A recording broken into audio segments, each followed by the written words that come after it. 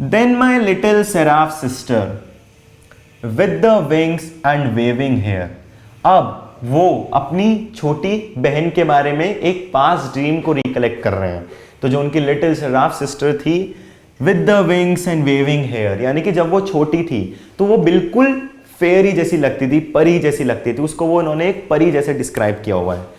यहाँ भी देखते हैं उन्होंने अपनी सिस्टर के बारे में बताया तो पॉजिटिव चीज़ों के बारे में बताया, जबकि हम देखते हैं भाई बहन के बीच में कितनी लड़ाई होती है, ठीक है, कितनी सारी बैड मेमोरीज भी होती हैं और वो उसको भी डिस्क्राइब कर सकते थे।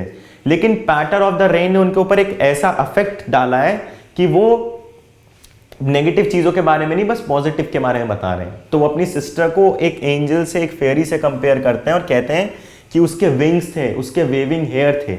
जैसी इमेजिनेशन हमारे माइंड में होती है एक फेरी को लेके, एक एंजल को लेके, वैसी इमेजिनेशन इस वक्त हम देखते हैं कि पोएट के माइंड में भी है। वो जिस तरह से अपनी सिस्टर को डिस्क्राइब कर रहे हैं वो एकदम उसको फेरी से कंपेयर करते हैं, ठीक है।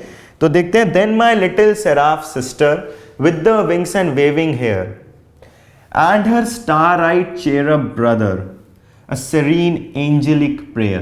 और उसके बाद वो अपने भाई को डिस्क्राइब करते हैं कि उनका एक स्टार-आइड चेरब ब्रदर, यानी कि उनका एक और छोटे भाई को अपने भाई के बारे में बता रहे हैं, ठीक है। वो भी बहुत प्यारा था, वो भी बहुत क्यूट था, यानी कि वो अपने सिबलिंग्स के बारे में बता रहे हैं। अपनी मदर के बारे के बाद बताने के बाद वो अपने सिबलिंग्स के, अपनी सिस्टर के बारे में, अपने ब्रदर के बारे में बताया कि कैसे वो भी बहुत क्यूट था। अ सेरीन एंजेलिक प्रेयर। और दोनों को देखो, उनके भाई बहन को देखो तो वो दोनों एंजल जैसे लगते थे और मतलब ऐसा लगता था कि बहुत प्रेयर करने के बाद, भगवान से बहुत कुछ मांगने के बाद दोनों को भेजा गया है। यानी कि वो दोनों को डिस्क्राइब जिस तरह से किया जा रहा है उनके भाई बहन को, वो हमें ये बताता है कि वो अपने भाई बहन से एक तो बहुत प्यार करते हैं, अपने भाई बहन को बहुत एडमायर करते हैं, एंड देन उनके भाई बहन को वो बहुत क्यूट थे। ऐसा लगता था भगवान से बहुत प्रेयर की गई है।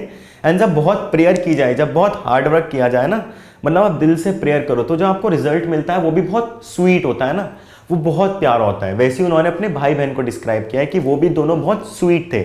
ऐसा लगता था बहुत एक प्रेयर के थ्रू मिले हो, एक बहुत ज़्यादा प्रेयर की गई हो तब मिले हो। With their practice or mild reproof as I listen to the murmur of the soft rain on the roof, ठीक है। तो with their practice or mild reproof, यानी कि वो बता रहे हैं कि वो, एक line, glide around my wakeful pillow with their practice or mild reproof as I listen to the murmur of the soft rain on the roof. अब पोएट क्या बता रहे हैं कि उनके भाई बहन जो थे दोनों बहुत छोटे थे, दोनों बहुत प्यारे थे। एंड ये तीनों कैसे खेला करते थे? तो glide around my wakeful pillow, यानी कि जब पोएट अपने पिलो के ऊपर लेट के सो रहे होते थे, जब वो रेस्ट कर रहे होते थे, जब वो सो रहे होते थे, तब इनके भाई बहन ग्लाइड करते हुए, स्लाइड करते हुए, ठीक है, ये नहीं चल के नहीं दिखाया गया है, यानी कि उनके वेकफुल पिलो के पास आते थे। क्योंकि एक बच्चा क्रॉल करता है ना, छोटा बच्चा, वैसे ही वो दोनों क्रॉल करते करते इनके पास आते थे। और जब वो इनके पास आते थे तो देखते थे कि पोएट सो रहे हैं, एंड देन फिर इनको जगा देते थे। तो जो शैतानी होती है, पर ये शैतानी भी बहुत क्यूट लगती है, बहुत प्यारी लगती है, वैसे ही ये दिखाया गया है कि glide around my wakeful pillow, मेरे पिलो के पास आके मेरे को जगा दिया करते थे।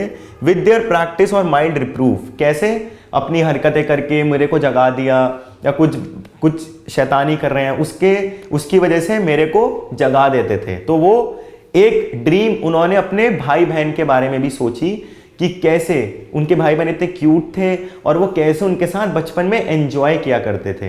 यानी कि जो उनके बचपन का टाइम था वो इसको बता रहे हैं, वो हमें डिस्क्राइब कर रहे हैं कि वो कितना प्यारा था, कितना क्यूट था और वो कितना एंजॉय किया करते थे अपने बचपन को। तो वो बताते हैं, और जब वो ये बता रहे हैं तो वो हर लाइन फिर से वो कहते हैं, as I listen to the murmur of the soft rain on the roof, यानी कि वो अभी भी मर्मर, जो मर्मर है वो कौन सी साउंड है, जो रेन ड्रॉपलेट्स प्रोड्यूस कर रही है रूफ के ऊपर, वो उस मर्मर को सुन रहे हैं।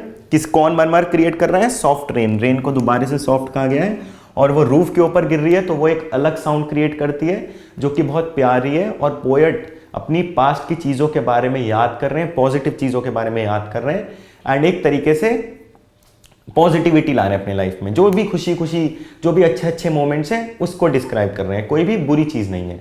तो पहली मेमोरी मदर को लेके थी, और दूसरी मेमोरी उनकी अपने भाई, अपने सिबलिंग्स को, अपने भाई बहन को लेके थी, कितने वो प्यारे थे और कैसे वो उनको जगाने आ जाया करते थे जब वो सो रहे होते थे, कैसे जब वो आराम कर रहे होते थे तो कभी कभी उनको परेशान कर दिया करते थे। तो ये आपके 2 और पैराग्राफ थे। अब हम सेकंड लास्ट पैराग्राफ की तरफ बढ़ेंगे। And another comes to thrill मी।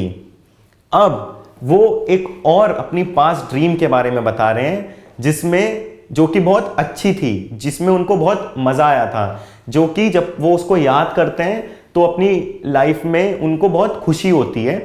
ठीक है, तो ये मेमोरी भी उनको थ्रिल कर देती है। थ्रिल का मतलब उनको हैप्पीनेस से भर देती है। And another comes to thrill me, तो एक और मेमोरी आ रही है जो उनको थ्रिल कर देती है, जो उनको अमेज करती है, जिसको सुन के ये बहुत एंजॉय करते हैं। With her eyes delicious blue, यानी कि ये जो मेमोरी है ये एक गर्ल को लेके, एक लड़की को लेके। ठीक है, तो एक गर्ल जिसकी आईज को उन्होंने डिलीशियस ब्लू कहा है, यानी कि एक ऐसी आईज जिसमें आप डूब जाना पसंद करोगे, खोना पसंद करोगे। तो जो गर्ल की जो आईज थी वो इतनी प्यारी थी, इतनी अच्छी थी कि जैसे ही पोएट ने पहली बार उस लड़की को देखा और उसकी आईज की तरफ देखा तो वो बिल्कुल एक तरीके से खो गया, वो एक तरीके से इस ड्रीम में एकदम डूब गया। एंड पोएट को फिर मतलब उस लड़की से एकदम से कहें तो प्यार हो गया, वो एकदम से उससे प्यार करने लगा जैसे उसने उसकी आईज देखी। और आईज को डिस्क्राइब कैसे किया गया है, with her eyes delicious blue, यानी कि अपनी मदर और सिबलिंग्स के बारे में बताने के बाद वो अपनी पर्सनल लाइफ की एक मेमोरी भी हमें बता रहे हैं कि कैसे एक लड़की को उन्होंने देखा था और पहली बार देखने में जब उनकी आईज जो थी, जो कि एकदम डिलीशियस ब्लू डिफाइन की गई है, उनको उनसे प्यार हो गया था। एंड देन वो चाहते थे कि वो लड़की को मतलब वो लड़की भी उनसे प्यार करे, एक तरीके से उनको प्रपोज करना चाहते थे उस लड़की को। फिर आगे देखते हैं क्या होता है। And I mind not musing on her that her heart was all untrue. तो पोएट ने अपनी फीलिंग्स बताई, उन्होंने बताया कि वो उस लड़की से कितना ज्यादा प्यार करते थे, उन्हें उसकी आइज कितनी पसंद थी। बट वो कहते हैं कि and I mind not musing on her that her heart was all untrue.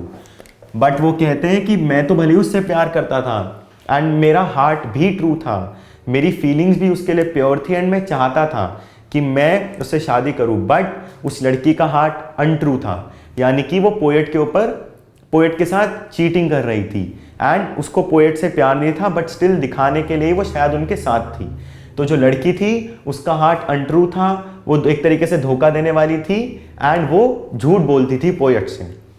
तो पोएट ने एक तरीके से इसको भी पॉजिटिविटी में लिया है कि भले उनको एक लड़की से प्यार हो गया था बट वो लड़की अनट्रू थी, वो लड़की का दिल साफ नहीं था एंड इसलिए उनको उस लड़की को छोड़ना पड़ा। बट ये भी इनके लिए एक अच्छी ड्रीम है, एक पॉजिटिव ड्रीम है। क्यों पॉजिटिव है? क्योंकि यहाँ पे देखे तो पोएट को प्यार हुआ था तो उन्हें याद आता है कि वो लड़की कितनी ब्यूटीफुल थी, उसकी आईज कितनी ब्यूटीफुल थी एंड पोएट को ये सब चीज़ें बहुत पसंद आ रही हैं, उन्हें उस लड़की के बारे में ये सब चीज़ें बहुत अच्छी लग रही हैं।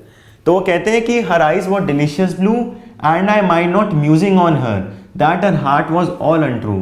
तो वो एक तरीके से and I mind not musing on her, musing का मतलब एक तरीके से हो गया कि वो जब उन्होंने उनकी पता किया, जब उसके बारे में इंफॉर्मेशन निकाली, जब उसकी जासूसी की तो पता लगा कि उसका हार्ट अनट्रू था, वो पोएट के साथ चीटिंग कर रही थी। I remember but to love her with a passion kin to pain. लेकिन यहां पे पॉजिटिव चीज क्या है कि पोएट ने पूरे पैशन के साथ उस लड़की से प्यार किया।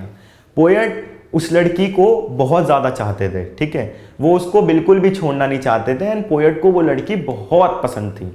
तो वो फुल पैशन के साथ, आई रिमेंबर, उन्होंने कुछ और चीज नहीं सोची, बस वो उससे प्यार करते थे। But to love her with a passion kin to pain, और एक ऐसे पैशन के साथ उन्होंने उस लड़की से प्यार किया कि वो कुछ भी करने को तैयार थे उसके लिए। एक तरीके से ऐसा वो उस लड़की के प्यार में, उसकी आईज में खो चुके थे कि वो इवन अच्छे से अच्छी चीज और अगर उन्हें दर्द सहना पड़े, कुछ भी डिफिकल्टी फेस करनी पड़े तो वो उसके लिए भी तैयार थे। बट वो ये चाहते थे कि वो लड़की उनसे प्यार करे, वो लड़की उनको मिल जाए। उनकी जो फाइनल ड्रीम थी वो यही थी कि वो लड़की उनके साथ हो एंड वो बस वो लड़की से प्यार करना चाहते थे। तो यहाँ पे पोएट ने एक अगर हम देखें तो एक नेगेटिव चीज है, बट जब पोएट इसको याद करते हैं पास्ट ड्रीम में, क्योंकि अगर हमारी भी कोई ऐसी मेमोरी हो जिसमें हम किसी से फुल पैशन के साथ प्यार करें, भले ही वो इंसान कैसा हो, कुछ भी करे वो हमारे साथ, बट हम उससे बहुत पैशन से एंड उसके लिए कुछ भी करने को तैयार हो, तो हम देखते हैं कि हमारे अंदर कितनी डिटर्मिनेशन है, हमने कितने अच्छे से उसको प्यार किया, हमने सब कुछ लुटाने को तैयार थे एक तरीके से हम। तो हमें खुशी होती है इस चीज़ को सोच के, हमें अच्छा लगता है इन सब चीज़ों को सोच के, एंड ये नेगेटिव नहीं आती चीज़ें, बल्कि ये पॉजिटिविटी ही लाती हैं कि हम भी किसी को फुल पैशन के साथ प्यार कर सकते हैं। तो यहाँ पे यही देखते हैं हम पोएट के साथ भी, कि वो कहते हैं कि उन्होंने उस लड़की से प्यार किया फुल पैशन के साथ, और वो कुछ भी करने को तैयार थे, उसके लिए दर्द भी सहने को तैयार थे, कुछ भी करने को तैयार थे। देन नेक्स्ट लाइन पढ़ते हैं, and my heart's quick pulses vibrate to the patter of the rain. और जब वो इस लड़की के बारे में याद करते हैं, तो वो जब देखते हैं कि उस लड़की ने उनके साथ चीटिंग की, धोखा दिया, तो उनका हार्ट जो बीट, जो उनकी हार्ट है, जो उनकी पल्सेस हैं, वो थोड़ी थोड़ी वाइब्रेट करने लगती हैं, क्योंकि उन्हें ये लगता है कि चीटेड सा फील करते हैं। बट वो खुश हैं कि उन्होंने तो सब कुछ किया, भले ही कमी रही तो दूसरे इंसान की तरफ से रही, बट उन्होंने सब कुछ किया, जो वो कर सकते थे उन्होंने वो किया। तो इसलिए यहाँ पे हम देखते हैं कि पोएट का जो हार्ट है, जो उनकी पल्सेस हैं, वो तेज हो जाती हैं, वो ज़्यादा ज़ोर से वाइब्रेट करने लगती हैं, और वो जो है इन चीज़ों के बारे में बुरा नहीं मानते बट अच्छा ही मानते हैं। एंड वाइब्रेट करना मतलब उन्हें थोड़ा दुख तो है, बट नहीं, वो फिर भी अंदर से खुश हैं। To the patter of the rain, और जब वो पैटर सुनते हैं रेन का, तो इनके जो हार्ट और पल्सेस हैं वो वाइब्रेट कर रही हैं, यानी कि रेन और जो फीलिंग्स थी वो मिक्स होके इनके हार्ट को वाइब्रेट कर रही है, इनकी पल्सेस को वाइब्रेट कर रही हैं। बट रेन का ज़्यादा हाथ है, क्योंकि वो जो सॉफ्ट रेन है, उसकी जो वॉइस है वो बहुत ही प्लेजेंट लगती है पोएट को, एंड वो कहते हैं कि मेरा हार्ट और मेरी पल्सेस वाइब्रेट करती हैं जब मैं वॉइस सुनता हूँ रेन की, जब मैं इसको फील करता हूँ, और ये मेरे अंदर पॉजिटिविटी भरती है। तो यानी कि पहली मेमोरी उन्होंने अपनी मदर की, दूसरी मेमोरी उन्होंने अपने सिबलिंग्स की, और तीसरी मेमोरी उन्होंने एक पास्ट लव की बताई, एक गर्ल की बताई जो कि उनके साथ अनट्रू थी, बट स्टिल पोएट ने उससे फुल पैशन से प्यार किया। ये एक मेमोरी और बताई उन्होंने।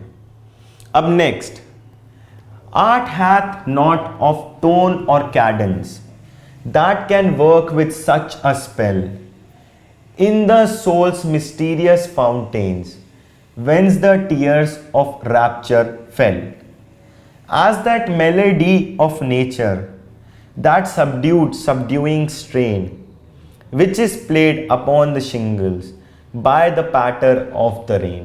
अब क्योंकि यहाँ पे टोन की बात हो रही है, कैडेंस की बात हो रही है, तो यानी कि वो कह रहे हैं कि जो रेन ड्रॉप्स गिर रही हैं, जो रेन गिर रही है, वो एक तरीके से टोन प्रोड्यूस करती हैं, वो एक म्यूजिकल साउंड निकाल रही हैं जो कि पोएट को बहुत पसंद आ रही है। और ये जो म्यूजिक है, म्यूजिक से क्योंकि पोएट को बहुत प्यार है, तो ये art hath not of tone or cadence that can work with such a spell, ये जो वॉइस है जो रेन निकाल रही है, ये बहुत ही प्लेजेंट टोन की तरह लगती है, बहुत ही प्यारी आवाज की तरह पोएट को लगती है, और वो इसको फुल एंजॉय कर रहे हैं, वो इस चीज को फुल फील कर रहे हैं।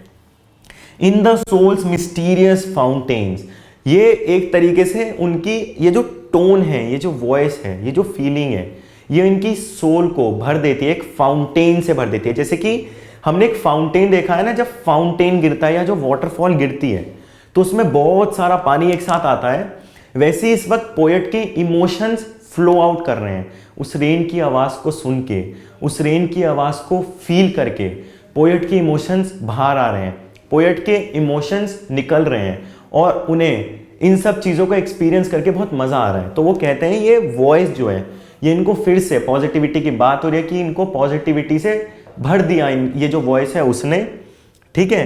That can work with such a spell, और ये एक तरीके से बहुत ही अमेजिंग काम कर रही है। ये टोन, ये कैडेंस, ये सुर एक तरीके से जब वो फील करते हैं, जब वो सुनते हैं, उनके कानों में पड़ती है, तो बहुत पॉजिटिविटी आती है।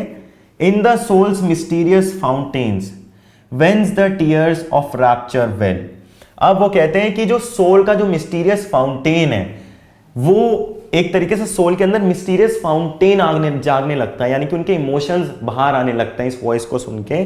Whence the tears of rapture well, और उनके जो टीयर्स हैं, यानी कि एक तरीके से वो कह रहे हैं रैप्चर, जब वो खुश हैं, जब वो बहुत डिलाइटेड हैं। तो रैप्चर का मतलब अगर हम देखें तो जब आप खुश होते हो, रैप्चर को अगर हम डिफाइन करें, यू आर हैप्पी, या फिर मोमेंट ऑफ हैप्पीनेस और डिलाइटमेंट।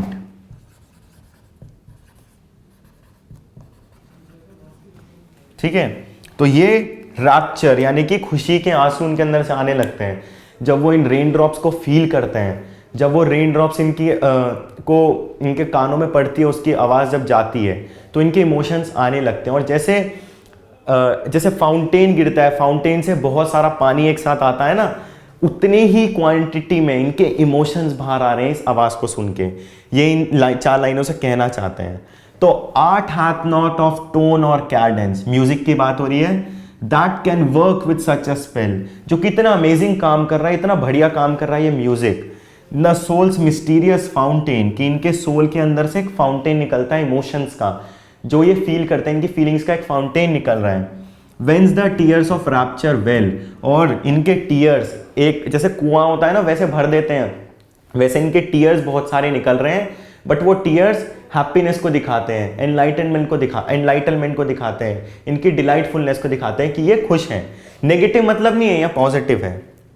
As that melody of nature, यहाँ पे मेलेडी ऑफ नेचर क्या है, जो वॉइस है रेन की, जो रेन ड्रॉप्स आ रही हैं वो इतनी अच्छी वॉइस कर रही हैं कि वो ऐसा लगता है कि नेचर कोई गाना गा रहा हो।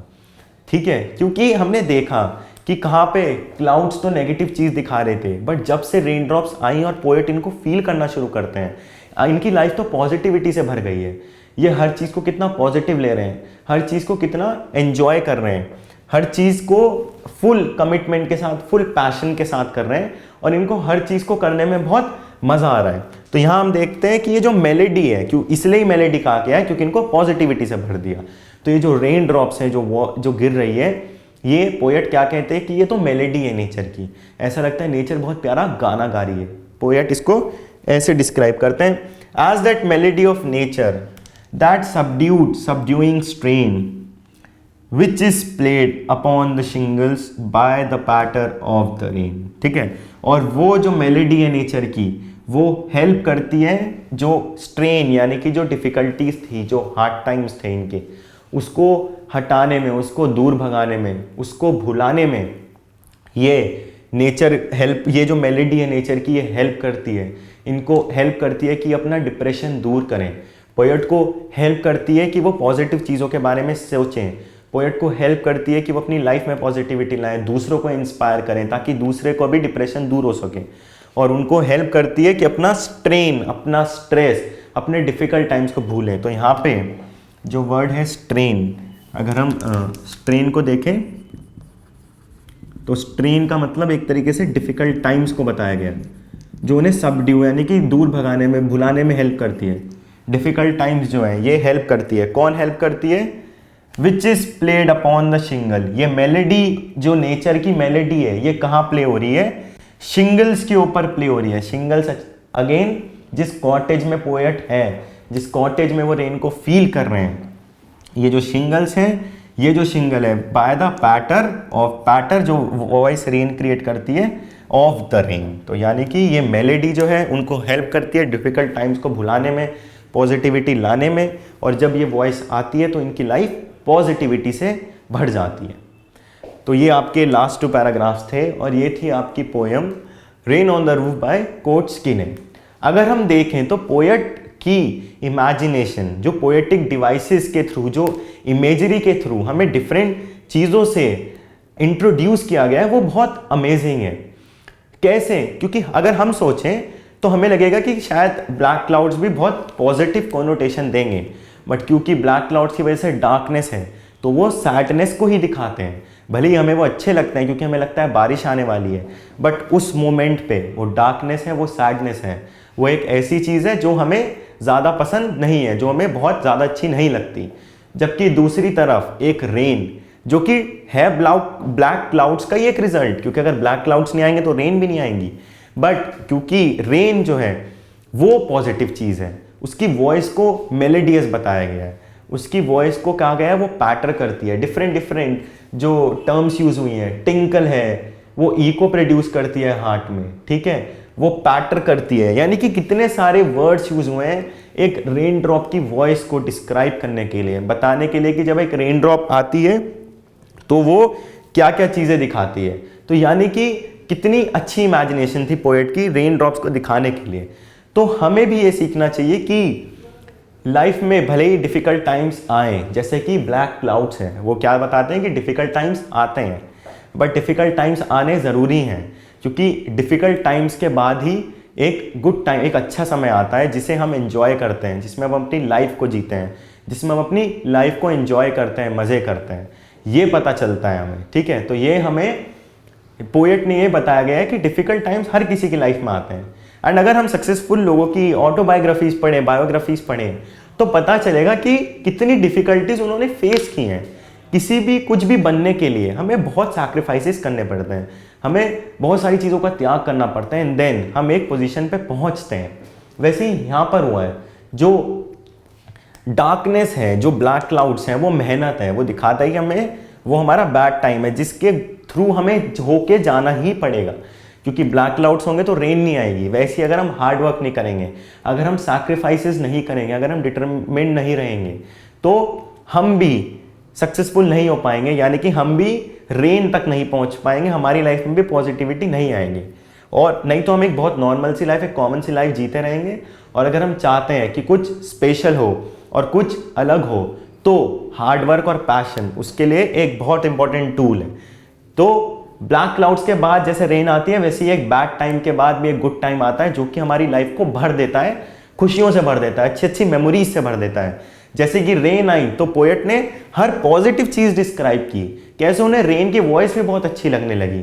तो अगर हम इसे अपनी पर्सनल लाइफ से कनेक्ट करने की कोशिश करें, अपनी पर्सनल लाइफ से जोड़ें, तो हम देखेंगे कि ये एक बहुत इंपॉर्टेंट मैसेज देती है। ये हमें बताती है कि एकदम टूट जाना, हार मान जाना डिफ़िकल्ट टाइम में गलत है।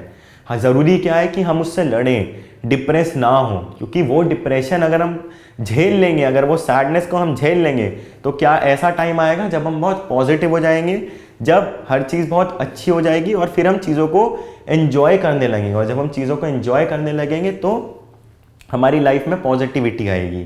तो वो डिप्रेशन के थ्रू होके जाना, वो सैडनेस के थ्रू होके जाना बहुत ज़रूरी है, तभी कुछ अच्छा हो पाएगा, नहीं तो हर चीज़ बहुत डिफ़िकल्ट हो जाएगी। तो ये मॉरल था कि गुड टाइम आने से पहले एक हार्ड टाइम आता है, जिसको हर किसी को फेस करना पड़ेगा, और अगर आप फेस नहीं करेंगे तो शायद हमारी लाइफ में बहुत ज़्यादा अच्छी मेमोरीज भी नहीं बन पाएगी, हम ज़्यादा सक्सेसफुल भी नहीं बन पाएंगे। तो ये थी आपकी poem rain on the roof by Coates किने।